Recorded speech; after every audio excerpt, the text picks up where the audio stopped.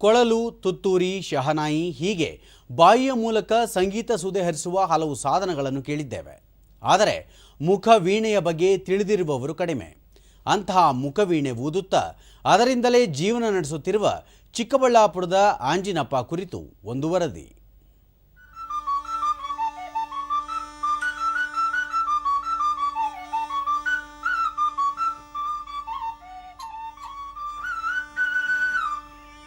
ತುಮಕೂರು ಜಿಲ್ಲೆ ಮಧುಗಿರಿ ತಾಲೂಕಿನ ಚಿಕ್ಕ ಹಾಲವಾಟಿ ಗ್ರಾಮದ ಅಂಜಿನಪ್ಪ ತಮ್ಮ ಕುಟುಂಬದ ಹಲವು ತಲೆಮಾರುಗಳಿಂದ ಬಂದ ಮುಖವೀಣೆ ವಾದನವನ್ನು ಬಳಸಿ ಸಣ್ಣ ವಯಸ್ಸಿನಿಂದಲೇ ವಾದ್ಯದ ಮೂಲಕ ಊರೂರು ಸಾಗಿ ಭಿಕ್ಷೆ ಬೇಡುತ್ತಾ ಜೀವನ ಸಾಗಿಸುತ್ತಿದ್ದರು.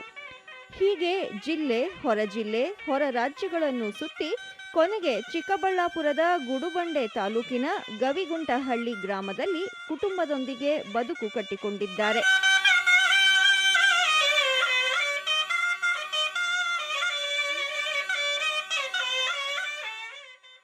ಮುಖವೀಣೆ ಅಂಜಿನಪ್ಪ ಎಂದೇ ಚಿರಪರಿಚಿತರಾಗಿದ್ದು ಈ ಕಲೆಯನ್ನು ಪೋಷಿಸುತ್ತಿದ್ದಾರೆ.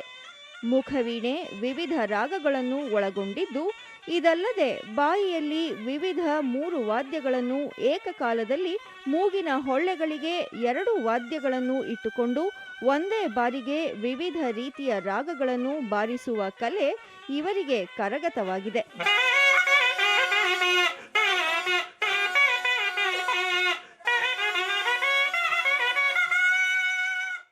ಇಂತಹ ಅಪರೂಪದ ಕಲಾವಿದ ಅಂಜಿನಪ್ಪ ಅವರಿಗೆ ಈಗ 82 ವರ್ಷ ವಯಸ್ಸಾಗಿದ್ದು, ರಾಜ್ಯೋತ್ಸವ ಪ್ರಶಸ್ತಿ, ಜಾನಪದ ಶ್ರೀ ಪ್ರಶಸ್ತಿ, ದೂರದರ್ಶನ ಚಂದನ ಪ್ರಶಸ್ತಿ ಸೇರಿದಂತೆ ವಿವಿಧ ಪ್ರಶಸ್ತಿಗಳನ್ನು ಮುಡಿಗೇರಿಸಿಕೊಂಡಿದ್ದಾರೆ.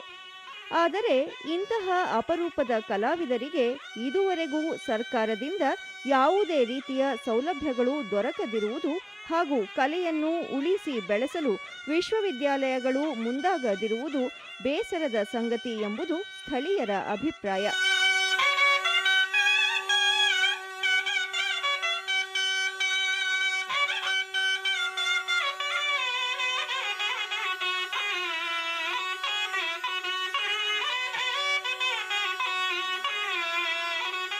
ದೂರದರ್ಶನದೊಂದಿಗೆ ಅಂಜಿನಪ್ಪ ತಮ್ಮನ್ನು ಹೊರತುಪಡಿಸಿದರೆ ತಮ್ಮ ಮಕ್ಕಳು ಸೇರಿದಂತೆ ಕುಟುಂಬದ ಯಾವ ಸದಸ್ಯರು ಮುಖವೀಣೆ ಊದಲು ಹಾಗೂ ಕಲಿಯಲು ಆಸಕ್ತಿ ತೋರಿಸಿಲ್ಲ. ಹಾಗಾಗಿ ಸಾಕ್ಷ್ಯಚಿತ್ರವನ್ನಾಗಿ ತಯಾರಿಸಿ ಮುಂದಿನ ತಲೆಮಾರಿಗೆ ತಲುಪಿಸಬೇಕು, ಆಸಕ್ತರಿಗೆ ಈ ಬಗ್ಗೆ ತರಬೇತಿ ನೀಡಬೇಕು ಎನ್ನುವ ಉದ್ದೇಶವಿದೆ. ಮುಖವೀಣೆ ಕಲೆಯಿಂದ ಭಿಕ್ಷೆ ಬೇಡಿ ಇಷ್ಟು ವರ್ಷಗಳ ಕಾಲ ಜೀವನ ನಡೆಸಿದ್ದೇವೆ ಎಂದರು. ಬೆಂಗಳೂರಿನಾಗೆಲ್ಲ ಬಾರಿಸಿದ್ದೀನಿ, ಆಲ್ ಇಂಡಿಯಾ ರೇಡಿಯೋಗೆ ಬಾರಿಸಿದ್ದೀನಿ, ತಿರ್ಗಾ ತಮಿಳ್ನಾಡು ಹೋಗಿದ್ದೀನಿ, ಮೈಸೂರು, ಈ ಕಡೆ ತಿರ್ಗಾ ಆಂಧ್ರದಲ್ಲಿ ಕೂಡ ಹೋಗಿ ಹಿಂಗೆ ಮಾಡ್ತಾಯಿದ್ದೀನಿ. ಇವಾಗಲೂ ನಾನು ಈ ಕಲೆ ಅನ್ನೋದು ನಶಿಸಿ ಹೋಗ್ತಾಯಿತ್ತು. ನನಗೆ ಇದು ಪೂರೈಸ್ತತೆ. ನನಗೆ ನಾನು ಹೋದರೆ ಇದು ಎಲ್ಲೆಲ್ಲಿ ಹೋಗ್ತಾಯಿತ್ತೋ ಯಾರೂ ಇದನ್ನ ಕಲಿಯೋರು ಇಲ್ಲ. ಇದು ನನಗೆ ಹೋಗ್ತೈತೆ ಅಂತ ನನಗೊಂದು ಸಂಕಟ ಆಗ್ತೈತೆ. ಪತ್ನಿ ಲಕ್ಷ್ಮಮ್ಮ ಅನಾರೋಗ್ಯದಿಂದಿದ್ದರೂ ಜೀವನ ಸಾಗಿಸಲು ಬೇರೆ ದಾರಿ ಇಲ್ಲದೆ ಇಳಿ ವಯಸ್ಸಿನಲ್ಲೂ ಇದನ್ನೇ ಮುಂದುವರಿಸಿಕೊಂಡು ಬಂದಿದ್ದೇವೆ ಎಂದು ಹೇಳಿದರು. ಭಿಕ್ಷೆ ಮಾಡ್ಕೊಬರ್ತಿದ್ದು, ಊರೂರು ತಿರುಗಿ ಭಿಕ್ಷೆ ಮಾಡ್ಕೊ ಚಿಕ್ಕ ಮಕ್ಕಳು ಹಾಕ್ಕೊಂಡು ನಾನು ಆಚೆ ಇಟ್ಕೊಂಡು ನಾನು ತಿರ್ಕೊಂಡು ಬರ್ತಿದ್ದೆ. ಇಬ್ಬರೇ ಕಷ್ಟ ಮಾಡಿಕೊಂಡು ಬೇಡಾಡ್ಕೊಂಡು ಕೂಲಿ ನಾಲಿ ಮಾಡಿ ನಾವು ಮಕ್ಕಳು ಸಾಕ್ಕೊತಾ ಇದ್ದೀವಿ. ಮುಖವಾಣಿ 70 ವರ್ಷದಿಂದ ಬಾರಿಸ್ತಾನೆ ಅವ್ರೆ, ಭಿಕ್ಷೆ ಮಾಡ್ತಾನೆ ಅವ್ರೆ, ನಮ್ಗೆ ತಂದು ಹಾಕ್ತಾನೆ. ನಮ್ಮ ಕಷ್ಟ ಸುಖ ಯಾರು ನೋಡೋರು ಇರಲಿಲ್ಲ ನಮಗೆ. ಆ ಕಲೆಯಿಂದ ನಮ್ಗೆ ಜೀವನ ನಡೀತಾ ಐತೆ. ಪುತ್ರ ತಿಮ್ಮಪ್ಪ ಇದೊಂದು ಕಷ್ಟದ ಕಲೆ, ಹಾಗಾಗಿ ತಾವು ಕಲಿಯಲು ಆಸಕ್ತಿ ತೋರಿಲ್ಲ ಎಂದು ತಿಳಿಸಿದರು. ನಮ್ಮಪ್ಪ ವಿದ್ಯೆ ನಾವು ಯಾರೂ ಕಲ್ತಿಲ್ಲ, ಕಲಿಯೋಕೆ ಕೂಡ ಭಾರಿ ಕಷ್ಟ ಆಯಿತು.